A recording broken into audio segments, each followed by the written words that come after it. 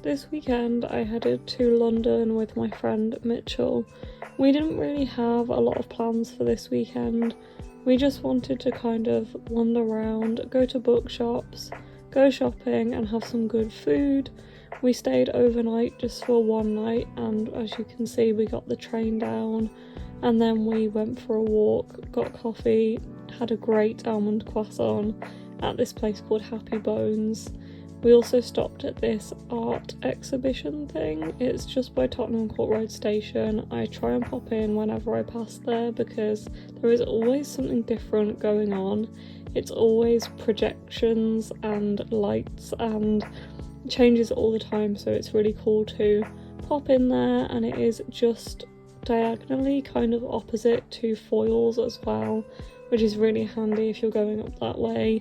So the next place we stopped was Foyles Charing Cross Road, which I always love to visit and wander around and have a browse. So we went to a few different bookshops, which was definitely a highlight of the trip and one of the reasons why we wanted to go on this trip. And I wanted to take Mitchell to some of the bookshops that I really love as well.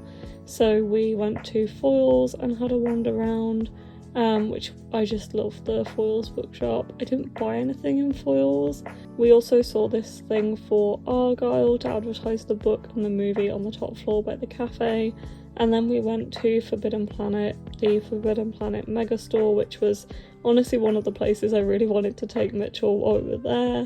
Didn't buy anything again, but it was fun to have a browse. We went to Covent Garden, had a little bit of food, and then went and browsed Waterstones Piccadilly, which has really changed around on the floor that I tend to browse, which is young adult, sci-fi fantasy.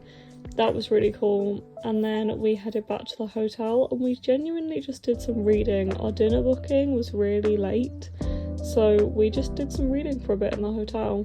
We stayed right next to the IFS cable car, which is by Royal Victoria on the docks and near the Excel Centre. So we stayed there, and then we actually got on the cable car to go to dinner. So it's part of the TfL network, which is really cool because you can just tap on and tap off as you do for a tube or bus. So that was really cool. We could just tap on. A single journey costs £6, but you can do a return journey for £12, and it was really nice to do this at night and get these amazing views of Canary Wharf and just the surrounding areas with all the lights on the buildings. We had an amazing dinner and we woke up in our hotel this morning right by the docks. Had a really good night's sleep in our hotel, and we woke up and we just wanted to read again for a bit because we've both been really enjoying our books. So we had a read before we went out and we got back on the cable car, and this was again, so we went for breakfast in Canary Wharf, so we did a little bit of a round trip to get on the cable car. But I was really hoping to see London in this light from the cable car. It was a really lovely day today, and honestly the perfect light to go on the cable car and to see these really nice views. We were, honestly, I think we got out later than we thought, but the light was still really nice, and as you can see the sun was really nice as well. And then we got on the DLR to go to Canary Wharf and we had breakfast there. Again, the light was really beautiful on the buildings in Canary Wharf, so we just had a wander round, had breakfast, and then got back on the DLR and went down to Greenwich for the next part of our day.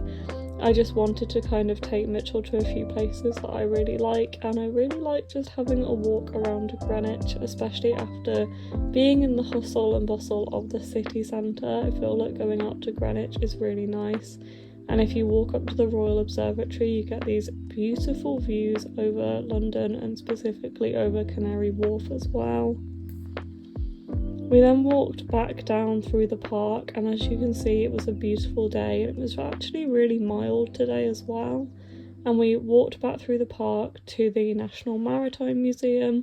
I've never been in the museum before, but it is actually free to go around. I did book tickets, but I don't think you really needed to because people were kind of wandering in and out. I watched this thing about the sea for a while. Obviously a big portion of the museum is about the sea and all of it's about ships really and the sea and our relationship with the sea.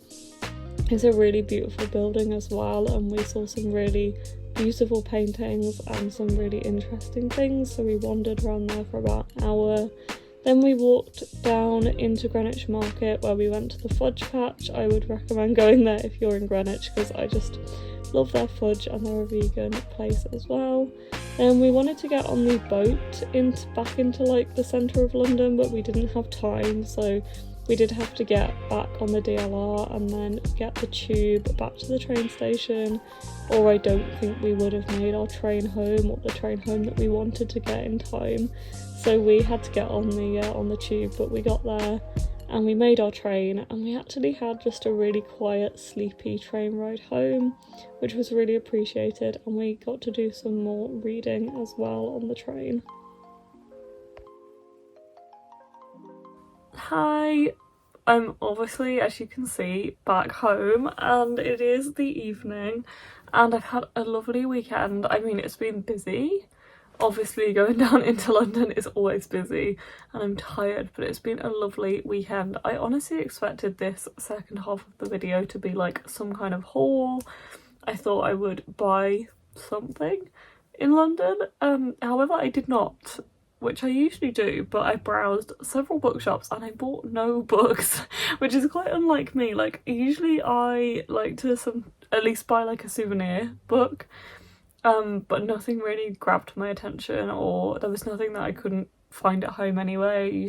I like to try and find something special, so I actually didn't buy anything. We just bought food. We had some great food.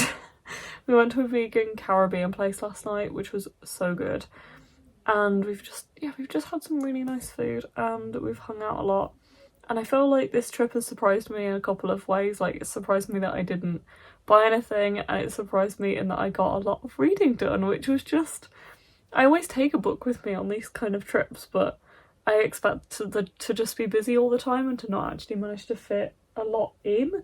But actually, we got to the hotel last night, and our dinner booking, because we didn't book our we didn't make our reservation for the restaurant until yesterday. The only slots they had left were either like 5:45 or 9:15 at night, so we ended up having dinner really late. We had dinner at 9:15, so it then meant that we had a couple of hours in the hotel where we were just like, we had time to chill, which I don't think we really expected to have. So we got some reading in there, and like I had a shower and stuff and freshened up, but it was good. But I also managed to do some reading, which was really appreciated, and it was a nice way, I think, to just refresh after the day before we went back out for dinner, which was really nice. And then this morning, as I said, we felt like we just wanted to carry on reading. Mitchell was reading The Lord of the Rings, obviously quite an achievement, quite a big book to be tackling. He's reading the first one, and I was reading this, which I will tell you about in a moment, but I was really into this at the time. I had reached a point in the book where I really didn't want to stop reading, and it was super easy and really, what's the word? Like, absorbing. So I just wanted to carry on reading this, so I was really loving it. So we had like, I don't know, an hour this morning, probably. I think we planned to read for like half an hour. But we probably ended up like reading for longer than that before we headed out. And then we also had the train journey home, which Mitchell said to me, he was like, I think you're going to finish that book on the train journey home. And I didn't really think I would, but we actually had a really quiet journey home, which was really appreciated. We had a really quiet part of the train, and no one really got on, no one was talking or anything, so it was just really nice and sleepy and chill, and it was getting dark anyway when we came back. So I managed to finish this book, which I was really surprised at. I think I was about 140 pages in when I went to London yesterday. I've been reading it for like a week or so. So I read I read all of that, which is like 230 pages, while I was in London just over the past like 24 hours or so, which I was quite surprised at. But I will tell you about this book now. This is a proof copy, so thank you to Hodder for sending this my way. I have been reading In the Shallows by Tanya Byrne, which is her upcoming YA sapphic romance.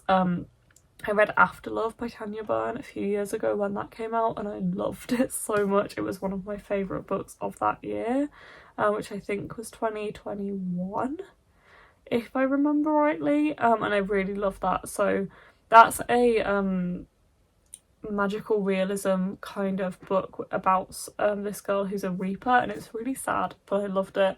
This one is also quite sad. It's called In the Shallows, as I said. It's set in Brighton. It's a sapphic mystery about lost love and second chances, and it's following this girl called Mara, who is kind of in this like casual relationship with this girl called Nico. And on New Year's Eve, Mara receives a text from Nico saying that she wants to break things off, and then Nico disappears and is found, was pulled out of the sea like a couple of hours later, and then Mara sees this on the news. I really hope I'm not giving spoilers for this, because I don't want to spoil things. But yeah, so then she's pulled out of the sea. Obviously Mara like recognises her on the news and stuff, and she wants to be part of her life again, and destiny ends up reuniting them, and they end up having a second chance. But it's so much more than that. There is so many other things going on that are kind of under the surface that you don't find out about until later in the book, and it does become more of this mystery.